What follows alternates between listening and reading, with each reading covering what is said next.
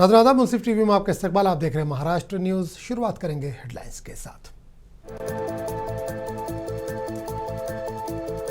महाराष्ट्र मुल्क की तरक्की के लिए टीम इंडिया के साथ आगे बढ़ने के लिए पूरी तरह से तैयार है, वज़ीर आला देवेंद्र फडणवीस का बयान।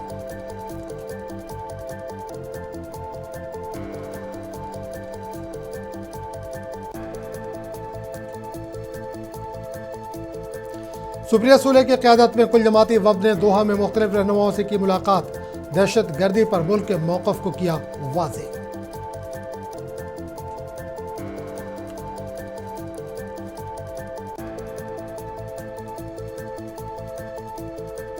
वक्त तरमीमी कानून मुसलमानों के दीनी, तालीमी और फलाही इदारों पर बराह रास्त हमला।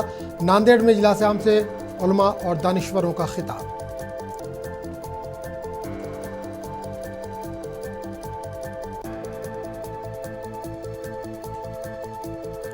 नांदेड़ के देगलूर में हालिया बारिश से लोगों को काफी परेशानी का सामना। इंतजामिया से पानी की निकासी के निजाम को बेहतर बनाने की मांग।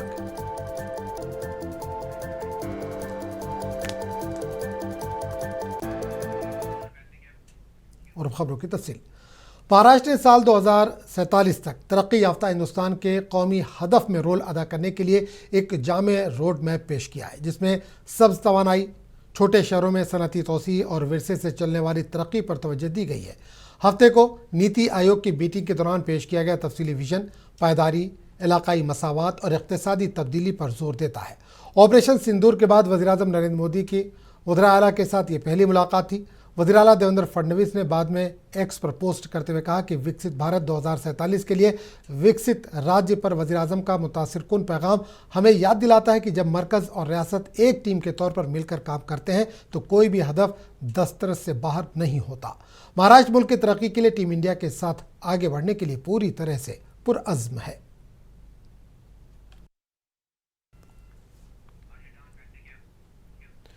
दिल्ली में एनडीए ज़ेर इक़्तिदार रियासतों के चीफ मिनिस्टर्स और डिप्टी चीफ मिनिस्टर की मीटिंग हुई। इस मीटिंग में वज़ीर-ए-आज़म मोदी के अलावा मरकज़ी वज़रा अमित शाह, राजनाथ सिंह और जेपी नड्डा ने भी शिरकत की। इस मीटिंग में तकरीबन 19 वज़ीर आला और कई नए वज़ीर आला मौजूद थे। महाराष्ट्र के नए वज़ीर आला एकनाथ शिंदे ने कहा कि मीटिंग में 2 करारदादें मंजूर की गई। पहली ऑपरेशन सिंदूर और दूसरी ज़ात पर मरदूम शुमारी। सभी ने ऑपरेशन सिंदूर की कामयाबी के लिए हमारी मुसल्लह अफ़वाज और वज़ीर-ए-आज़म मोदी का शुक्रिया अदा किया और मुबारकबाद पेश की। शिंदे ने कहा कि वज़ीर-ए-आज़म मोदी ने महाराष्ट्र में कई इंतजामी इस्लाहात की तारीफ की। ऑपरेशन सिंदूर पे और जातीय जनगणना के ऊपर 2 रेजुलेशन हो गए और इसमें ऑपरेशन सिंदूर में हमारे भारतीय जवान, आर्मी, नेवी, एयरफोर्स और हमारे भारत के यशस्वी प्रधानमंत्री नरेंद्र मोदी जी, इनका अभिनंदन किया है। सभी लोगों ने, एनडीए के सरकार ने, कि ये ऑपरेशन सिंदूर कामयाब हो गया है। ये जनता, देशवासियों का अभिमान बढ़ गया है। पाकिस्तान को जवाब जो देना था उसको। सर, महाराष्ट्र को लेकर के कोई विशेष चर्चा, गुड गवर्नेंस की भी बात हुई है? गुड गवर्नेंस की भी बात हो गई। महाराष्ट्र में भी ease of doing, ease of. NCP SCP की रुकन पार्लियामेंट सुप्रिया सूले की क़यादत में कुल जमाती वफ़द ने इतवार को दोहा में शूरा कौंसिल के डिप्टी स्पीकर हमदा बिन हसन और शूरा कौंसिल के दीगर अरकान से मुलाकात की। दोनों ममालिक के रहनुमाओं ने दहशतगर्दी के खिलाफ हिंदुस्तान के मौक़िफ़ पर बातचीत की। इससे पहले दिन में वफ़द ने दोहा में हिंदुस्तानी सिफारत खाने में महात्मा गांधी को खराज अक़ीदत पेश किया। इस दौरे का मकसद ऑपरेशन सिंदूर और भारत की दहशतगर्दी के खिलाफ मौक़िफ़ को उजागर करना है। इस वफ़द में राजीव प्रताप रूडी, गुरमीत सिंह साहनी, मनीष तिवारी, अनुराग सिंह ठाकुर, आनंद शर्मा, वी मुरलीधरन शामिल हैं।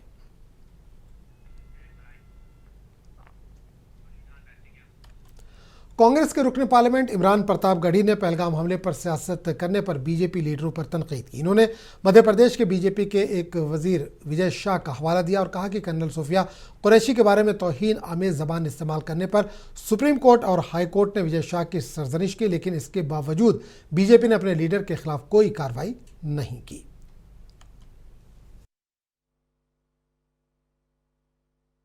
दरअसल भारतीय जनता पार्टी के नेताओं में होड़ लगी हुई है सेना को अपमानित करने की और जो पहलगाम में शहीद हुए हमारे निर्दोष उनको अपमानित करने की। पहले भारतीय जनता पार्टी के मध्य प्रदेश के मंत्री ने कर्नल सोफिया कुरैशी के बारे में अपमानजनक भाषा का इस्तेमाल किया। हाई कोर्ट ने फटकार लगाई, सुप्रीम कोर्ट ने फटकार लगाई, FIR हुआ। आज तक भाजपा ने उन्हें न तो निष्कासित किया, न तो मंत्रिमंडल से हटाया। उप मुख्यमंत्री ने अपमानित किया, ये कहा कि प्रधानमंत्री के चरणों में पड़ी है सेना। और अब हरियाणा के एक सांसद ने जिस तरह से वहाँ शहीद हुई जो शहीद हुए लोग हैं उनके परिवार की महिलाओं के बारे में, जिनके सुहाग उजड़ गए उन महिलाओं के बारे में जिस तरह की अपमानजनक भाषा का इस्तेमाल किया है, मुझे तो प्रधानमंत्री जी से पूछना है कि ये कौन सी भाषा आपके नेतागण बोल रहे हैं। सेना का अपमान, शहीद जो मासूम लोग हुए हैं उनके परिवारों का अपमान बहुत शर्मनाक है। होड़ लगी है भाजपा में लोगों को अपमानित करने की। यूपी के मदरसों को मॉडर्न एजुकेशन दिया जाएगा, क्या कहेंगे आप? पूरे देश के मदरसों को मॉडर्न एजुकेशन दीजिए, ईमानदारी से दीजिए तो ना।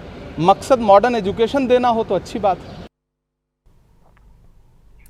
महाराष्ट्र के नए वज़ीर आला एकनाथ शिंदे ने पुणे में पहलगाम दहशतगर्द हमले में हलाक को होने वाले संतोष जगदाले के अहल खाना से मुलाकात की। इस मौके पर एकनाथ शिंदे ने मुतासरीन से इजहार यकजहती किया और कहा कि हुकूमत इनकी हर मुमकिन मदद करेगी। दुर्दैवी घटना गणबोटे आणि जगदाळे परिवारातले जो काश्मीरमध्ये जेव्हा गेले ते पहलगाममध्ये जो दुर्दैवी हल्ला झाला आतंकवाद्यांचा, त्यामध्ये गणबोटे आणि कौस्तुभ गणबोटे आणि जगदाळे यांचं दुर्दैवी जे खऱ्या अर्थाने एक आपण म्हणू की हे बलिदानच आहे। आणि त्या दुर्दैवी घटनेचे पडसाद आपण पाहिले की पाकिस्तानला देखील त्याची। All India Muslim personal law board के ज़ेर सरपरस्ती वक्फ तरमीमी कानून के खिलाफ जारी मुलगीर मुहिम के तहत नांदेड़ के मारूफ दीनी मरकज़ अनवारुल मसाजिद में एक इजलास आम का इनेकाद किया गया। इजलास में बोर्ड के मरकज़ी कायदीन के अलावा शहर के मुअज़्ज़िज़ उलमा, वकला, दानिश्वर और नौजवान मिल्लत की बड़ी तादाद ने शिरकत की। मुकर्ररीन ने अपने खिताब में वक्फ तरमीमी कानून को काला कानून करार देते हुए इसकी सख्त अल्फाज में मुखालफत की। बोर्ड के सेक्रेटरी मौलाना उमरैन महफूज रहमानी ने खिताब करते हुए कहा कि ये कानून न सिर्फ आईन हिंद की दफ़ात 25 ता 30 के खिलाफ वर्जी है बल्कि मुसलमानों के दीनी, तालीमी और फलाही इदारों पर बराह रास्त हमला है। इन्होंने वाज़ेह किया कि वक्फ एक मुक़द्दस और ख़ुद मुख्तार इदारा है जिसमें हुकूमती मुदाखलत नाकाबिल कबूल है। रफ़ीउद्दीन अशरफी ने कहा कि हुकूमत इस कानून के ज़रिए वक्फ बोर्ड के इख्तियारात सल्ब करने से एक महज हुकूमती आलाकार बनाना चाहती है जो न सिर्फ अदालती फ़ैसलों बल्कि अक़लियतों के आइनी हुकूक की भी मनाफी है। इस मौके पर अमीर हदीस इस्लामी हिंद ज़ियाउद्दीन सिद्दीकी, SDPI के नायब सदर मोहम्मद शफ़ी ने भी आवाम से पुरजोर अपील की कि इस कानून के खिलाफ पुरअमन मगर मजबूत आवाज़ बुलंद करें। इस मौके पर शहर के तमाम मसाजिद, दीनी और तालीमी इदारों, वकला, समाजी कारकुनान, तलबा व नौजवानों को इस तहरीक से जुड़ने की अपील की गई। याद रखिएगा, जमहूरियत में अलामती एहतजाज की भी एक पूछ होती है, उसका भी एक असर होता है, उसके ज़रिए भी मसाइल हल होते हैं। और ऐसा नहीं है कि सिर्फ अलामती एहतजाज करके हम बस करने वाले हैं। All India Muslim personal law board ने इस बात का ऐलान किया है कि 13 जुलाई तक हमने एक स्टेप मुकर्रर किया है और उसमें मुख्तलिफ किस्म के इक़दामात तय किए गए हैं जो एक के बाद एक अमल में लाए जा रहे हैं। 13 जुलाई तक अगर ये मामला हल न हुआ तो उसके बाद फिर मुसलमानों की तमाम जमातें, मसालिक, मकातिब फ़िक्र, तमाम जमीयतें, तंजीमें और मुस्लिम पर्सनल लॉ बोर्ड के अरकान, ओहदेदारान और ज़िम्मेदारान सर जोड़ कर बैठेंगे और उस वक्त फिर मुनासिब हाल फैसले किए जाएंगे। हो सकता है कि कोई बड़ा इक़दाम भी तय किया जाए। ये पार्लियामेंट के अंदर जब कानून बनाया जा रहा था तो लोग कह रहे थे कि वहाँ के गाँव को वक्फ बोर्ड ने कहा कि मेरी मिल्कियत है और वो उसकी होगी, जबकि वहाँ के MP ने खुद पार्लियामेंट में उठकर खड़े रहे कि गलत बात। कर्नाटक के किसी ईदगाह के बारे में, उसके बाजू के टुकड़े के बारे में कहा कि इस पर वक्फ ने क्लेम किया है और ये उसको हो गया है। ये भी एक झूठ बात है। वो जगह मौजूद ही नहीं है वहाँ पर जिसका क्लेम किया जा रहा है। इतनी झूठ बात आम की जाती है ताकि गैर मुस्लिमों को बाराबर करवा सके कि वक्फ वाले कितने जालिम हैं और किस तरह से जुल्म हो रहा है। अच्छा, वो कहते हैं कि हम करप्शन उससे ख़त्म करना चाहते हैं वक्फ बोर्ड से। वक्फ बोर्ड से जो लोग करप्शन ख़त्म करना चाहते हैं, अरे वही लोग तो उनको अपॉइंट करते हैं। इनके अंदर मेंबर्स कौन अपॉइंट करता है? इनके सदर को कौन अपॉइंट करता है? चेयरमैन को कौन अपॉइंट करता है? गवर्नमेंट तो करती है, गवर्नमेंट नॉमिनेट करती है। पहले तो इंतखाब होते थे, अब तो नॉमिनेशन का कानून है। ये नॉमिनेशन के जरिए से जो है वो चाहते हैं कि वो उनके लोग आए और ये करप्शन बाकी रहे, करप्शन खत्म ना हो, ये बाकी रहे। 70% प्रॉपर्टी, वक्फ बोर्ड की 70% प्रॉपर्टी गवर्नमेंट और इंक्रोचर्स के तहत कब्जे में। All India Muslim personal law board मैदान में आई और यह कहा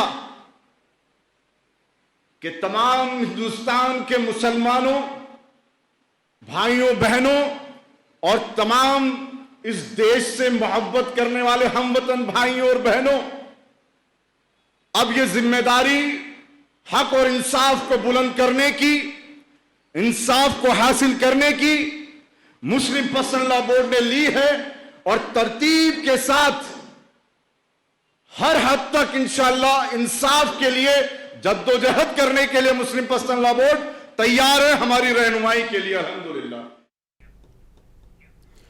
हिंदुस्तान में कोविड-19 के JN1 के मुख्तलिफ मामलों में मुसलसल इजाफा हो रहा है। महाराष्ट्र, गुजरात, हरियाणा, यूपी जैसी रियासतों में भी मामले सामने आने लगे हैं। केरला, महाराष्ट्र और तमिलनाडु में सबसे ज़्यादा केसेस देखे जा रहे हैं। मुल्क भर में कोरोना के बढ़ते हुए मामलात के पेश नज़र मरकज़ी सेहत सेक्रेटरी ने इसका जायज़ा लिया। ज़राए के मुताबिक बढ़ते हुए केसेस के पेश नज़र मरकज़ी वजारत सेहत चौकस है और अपने मुख्तलिफ एजेंसियों के जरिए सूरत हाल पर मुसलसल नज़र रखे हुए महाराष्ट्र में 166 एक्टिव केसेज हैं। थाने के अस्पताल में 21 साल नौजवान की कोरोना से मौत हो गई है।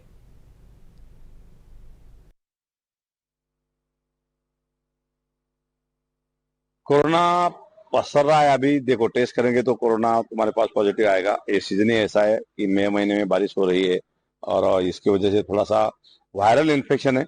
जब भी कोरोना के साथ खत्म हो रही थी तब हमने बोला था कि हमने सीखना चाहिए कोरोना के साथ रहना।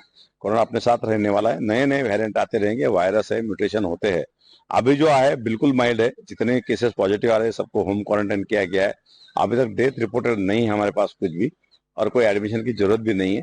माइल्ड सिम्टम है, लेकिन मतलब घबराने जैसा बिल्कुल ही स्थिति नहीं है। लेकिन मेरा ख्याल सतर्क रहना बहुत जरूरी है। घबराइए मत, लेकिन सतर्क रहिए।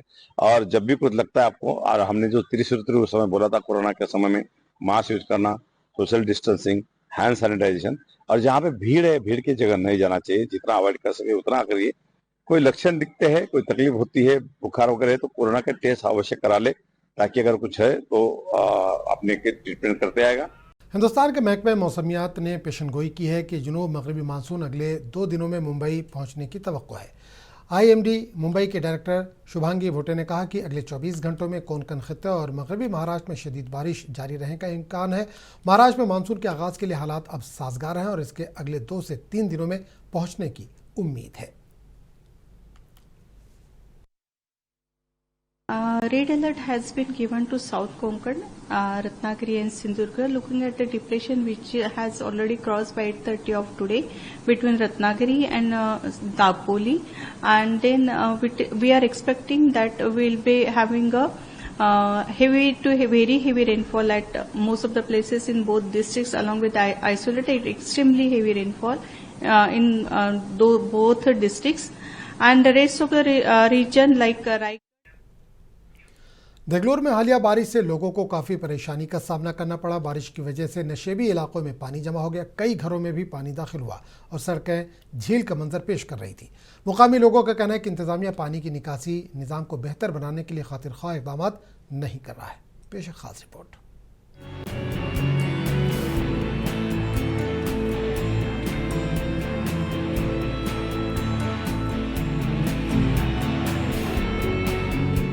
नांदेड़ जिले के देगलूर में बारिश के मौसम में लोगों की परेशानियों में इजाफा हो जाता है।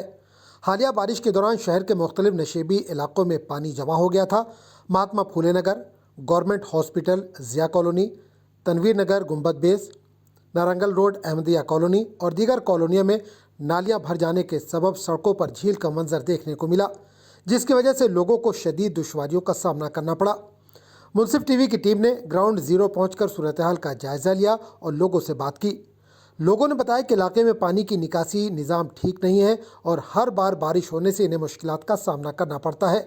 लोगों ने देगलूर म्यूनसिपल काउंसिल पर लापरवाही का इल्ज़ाम लगाया और कहा कि मुतअद्दिद बार नुमाइंदगी के बावजूद हुक्काम इस मसले की तरफ तवज्जो नहीं दे रहे हैं। देगलूर में जब भी बारिश होती है तब नशेबी इलाकों में पानी भर जाता है, जिसके सबब लोगों, खासकर बुजुर्ग शहरियों, बच्चों, ख्वातीन को बड़ी दुश्वारियों का सामना करना पड़ता है। लोगों ने यह भी कहा कि नालियों का गंदा पानी बहकर इनके घरों में दाखिल हो जाता है, जिससे बीमारियां फैलती हैं, मच्छरों की अफजाइश होती है और लोगों की बीमारियां बढ़ने का अंदेशा रहता है। हर साल बारिश होने के बाद क्या क्या परेशानियां आपके वार्ड में हो रही है? छोटे छोटे बच्चे हैं हमारे, नाले से बह के चले जाते, कभी पकड़ के न काट के लेके आते।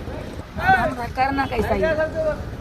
हाँ, आप लोग हम नगर पालिका आके इंतजाम करना। अब रात पाट पानी घर में घुस जाता, हम कहाँ जाके ठहरना? 2022 से हमारी रोड नहीं हो रही, नाली नहीं हो रही, पानी जमा हो रहा और बच्चे छोटे छोटे हैं, बच्चे बीमार हो जा रहे, दवाखाने में भर्ती हो रहे और कोई झाँकने को नहीं। नगर पालिका सीओ के पास जाके 4-4 बार जाके आ रहे, कोई रहने को इंटरेस्ट नहीं है और अंबर को पानी ठहर जा रहा और मोरी का पानी पास नहीं है और रानी खुल के बच्चे दवाखाने में मच्छरा काट रहे और हर सीओ को बोल बोल के थक गए, पूरी नगर पालिका को बोल के थक गए। बार बार नगर पालिका में आवेदन देने के बाद भी प्रशासन अभी जगह नहीं आई। हर बारिश का ये प्रॉब्लम है, बारिश गिरा के रोड पे नालियाँ का पानी जमा हो जा रहा है और पूरे घरों में नालियों से गलियाँ में घरों में घुस रहा है पानी। क्या इसमें क्या हो रहा बोलते हैं, एक तो डेंगू की शिकायत आ रही, बच्चे बीमार गिर रहे। प्रशासन को बार बार आवेदन देने के बाद भी प्रशासन इधर देखने के, नगर पालिका इधर देखने के लिए तैयार ही नहीं है। हाँ, पानी की वजह से पूरा पानी पूरे मच्छरा सांपा बिछुआ चलने नहीं आ रहा, पूरे नालियाँ बंद हो गया। रोड तो 10 सालों का कोई लीडर नहीं आया, काउंसलर भी नहीं आया, कोई लीडर भी नहीं आया, चलने नहीं आ रहा। मासूम बच्चे नालियाँ में चलना पड़ रहा, पानी पड़ा की पूरी गंदगी हो जा रही, कोई नहीं आ रहा उधर। अब ये रोड का तो पूरा हाल ऐसा है, ये पूरा पानी उधर हमारे गली में घुस रहा, उधर पीछे गली पूरे गाँव का पानी हमारे तरफ पड़ रहा, कोई आ रहा नहीं, देख रहा नहीं। खाली वोटिंग रह जब आ रहे वोट मांगने के वास्ते, बस इलेक्शन खत्म हो गया, कोई भी पूछ रहा नहीं उधर आके। मुकामी लोगों ने इंतजामिया से मुतालबा किया कि उस मसले की जानिब फौरी तवज्जो दे और पानी की निकासी के निज़ाम को बेहतर बनाने के लिए दरकार ज़रूरी इक़दाम करे। मुंसिफ टीवी के लिए देगलूर से सैफुल्लाह की रिपोर्ट।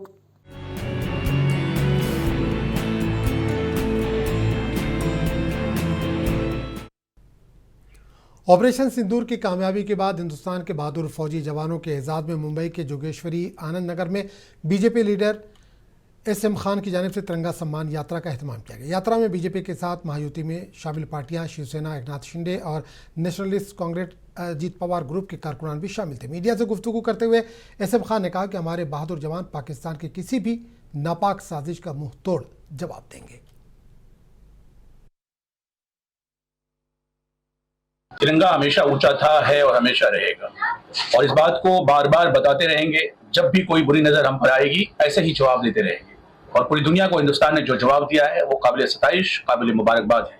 मैं आर्मी चीफ, उन तमाम जिम्मेदारों को, नेवी के स्टाफ को, आर्मी के स्टाफ को, एयर मार्शल्स को, मैं इन तमाम लोगों को मुबारकबादियां देता हूं कि हिंदुस्तान पर उठने वाली निगाहों को, हिंदुस्तान की तरफ देखने वाली गलत निगाहों को जिस तरीके से आपने पूरी दुनिया के सामने शर्मसार किया है, ये हम सब के लिए गर्व और फख्र की बात है और पूरा हिंदुस्तान इस बात के लिए सरशार है, खुशी से सरशार है कि जीत हो तो ऐसी हो और जिसका जवाब हो तो ऐसा हो।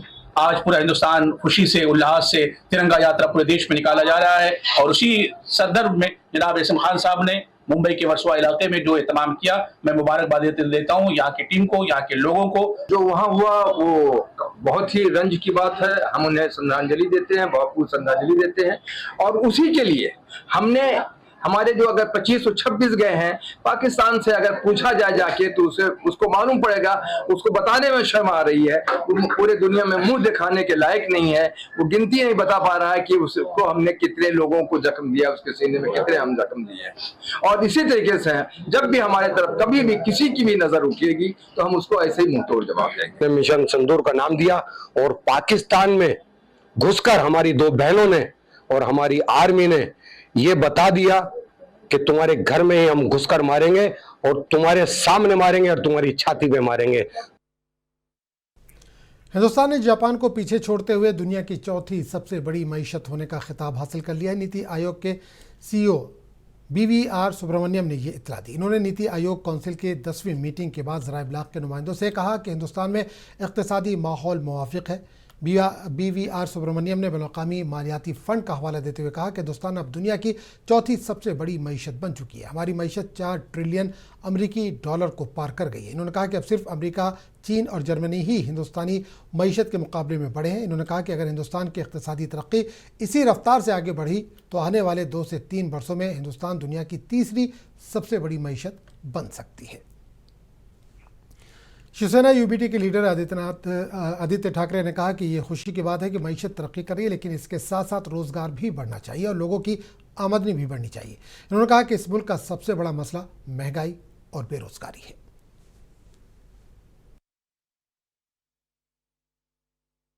खुशी है इकोनॉमी बढ़ते जाए, लेकिन इसी के साथ रोजगार भी बढ़ते जाए, लोगों की आमदनी भी बढ़ते जाए और लोगों में खुशी भी बढ़ते जाए।